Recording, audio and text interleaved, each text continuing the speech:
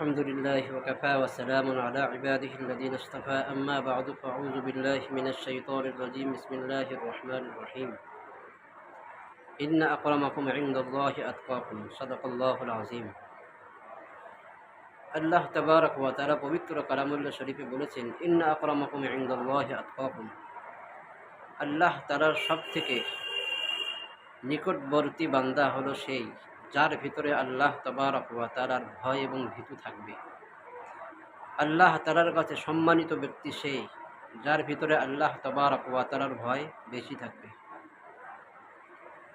দোস্ত বুজুর্গ ওয়া আজিজ, এই আয়াতের ভিতরে আল্লাহ তাবারক ওয়া তাআলা তাকওয়া শব্দ এনেছেন। তাকওয়া শব্দের শাব্দিক অর্থ হলো বেঁচে থাকা, অর্থাৎ শরীয়তের পরিভাষায় এটাই বলা হয় যে আল্লাহ তাবারক ওয়া তাআলা যত নিষেধ করেছেন, যত কাজের, যত গুনার কাজ রয়েছে, সমস্ত গুনার কাজ থেকে নিজেকে বাঁচিয়ে রাখার নাম হলো তাকওয়া। উদাহরণস্বরূপ আল্লাহ তাবারক ওয়া তাআলা মদ খাওয়াকে হারাম করেছেন, নিষেধ করেছেন। তো আল্লাহর ভয় অন্তরে রেখে মদ খাওয়ার থেকে, শরাব পান করার থেকে নিজেকে বিরত রাখাকে বলা হয় তাকওয়া। আল্লাহ তাবারক ওয়া তাআলা চুরি করতে বারণ করেছেন, তো অন্তরে ভয় রেখে চুরি করার থেকে নিজেকে বিরত রাখার নাম হলো তাকওয়া। আল্লাহ তাবারক ওয়া তাআলা জিনা করতে, জিনার কাছে যেতে বারণ করেছেন, তো আল্লাহর অন্তরে ভয় রেখে জিনার কাজ থেকে নিজেকে সরিয়ে রাখার নাম হলো তাকওয়া। আল্লাহ তাআলা সময় মতো 5 ওয়াক্ত নামাজ পড়তে বলেছেন, তো অন্তরে আল্লাহ তাআলার ভয় রেখে সময় মতো 5 ওয়াক্ত নামাজকে আদায় করার নাম হলো তাকওয়া। যার উপর জাকাত ফরজ হয়েছে, কিন্তু সে জানে আমাকে জাকাত দিতে হবে, জাকাত না দিলে আল্লাহ তাআলার শাস্তিতে পাকড়াও হতে হবে, তো অন্তরে ভয় রেখে জাকাত আদায় করার নাম, সঠিক সময়ে জাকাত আদায় করার নাম হলো তাকওয়া। দোস্ত বুজুর্গ,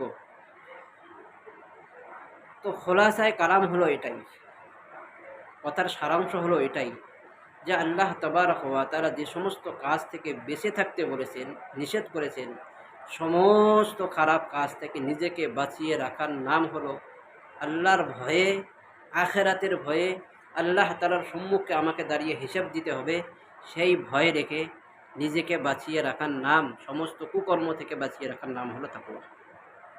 দোস্ত বুজুর্গ আজিজ, আমরা দুনিয়ার বুকে দেখতে পাই যে যাদের অর্থ সম্পদ বেশি আছে, যাদের অর্থ সম্পদ বেশি, যাদের ডিগ্রিধারী, তাদেরকে আমরা সম্মানিত করে থাকি।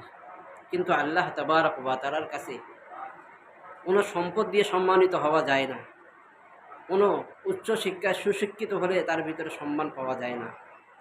আল্লাহ তাআলার কাছে সম্মানের মাপকাঠি হলো একটাই, সেটা হলো ইন্না আকরামাকুম ইনদাল্লাহি আতকাকুম।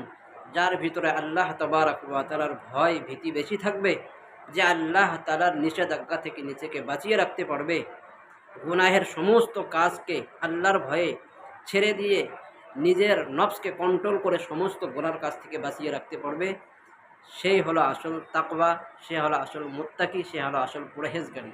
দোস্ত বুজুর্গ ওয়া আজিজ, আমরা এমন একটা সময় অতিবাহিত করেছি যে আমরা যদি তাকওয়া যদি আমাদের অন্তরে না থাকে, তাহলে আমরা গুনাহের কাছ থেকে কখনো বাঁচতে পারবো না। আমাদের ভিতরে যদি তাকওয়া না থাকে, তো আমার দ্বারা হাজারো গুনাহ হয়ে যাবে, কিন্তু আমরা সেই গুনাহগুলোকে গুনাহ বলে মনেই করব না। যদি আমরা, আমাদের অন্তরে আল্লাহর ভয় ভীতি থাকে, যদি আমাদের ভেতরে ভয় থাকে, আল্লাহর তাকওয়া থাকে, তবেই আমরা সেই সমস্ত কাজ থেকে বিরত থাকতে পারব।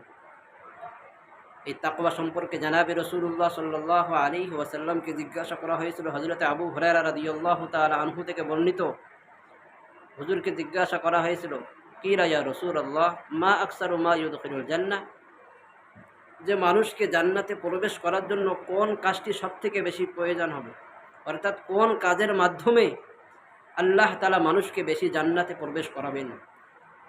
তার প্রতি উত্তরে জানাবে রাসূলুল্লাহ সাল্লাল্লাহু আলাইহি ওয়াসাল্লাম বলেছেন যে ইত্তাকুল্লাহ, যার ভিতরে আল্লাহ তাআলার ভয় বেশি থাকবে, ওয়া হুসনুল খলকি, আর সে উত্তম চরিত্রের লোক হবে, তাকে আল্লাহ তাবারক ওয়া তাআলা জান্নাতে প্রবেশ করাবেন। তো আল্লাহ তাআলা সকলকে আমাদেরকে উত্তম আখলাক এবং আল্লাহ তাআলার পরহেজগারি ইখতিয়ার করার আল্লাহ তাবারক ওয়া তাআলা আমাদেরকে তৌফিক দান করুক। ওয়া আখিরু দাওয়ানা আলহামদুলিল্লাহি রাব্বিল আলামিন।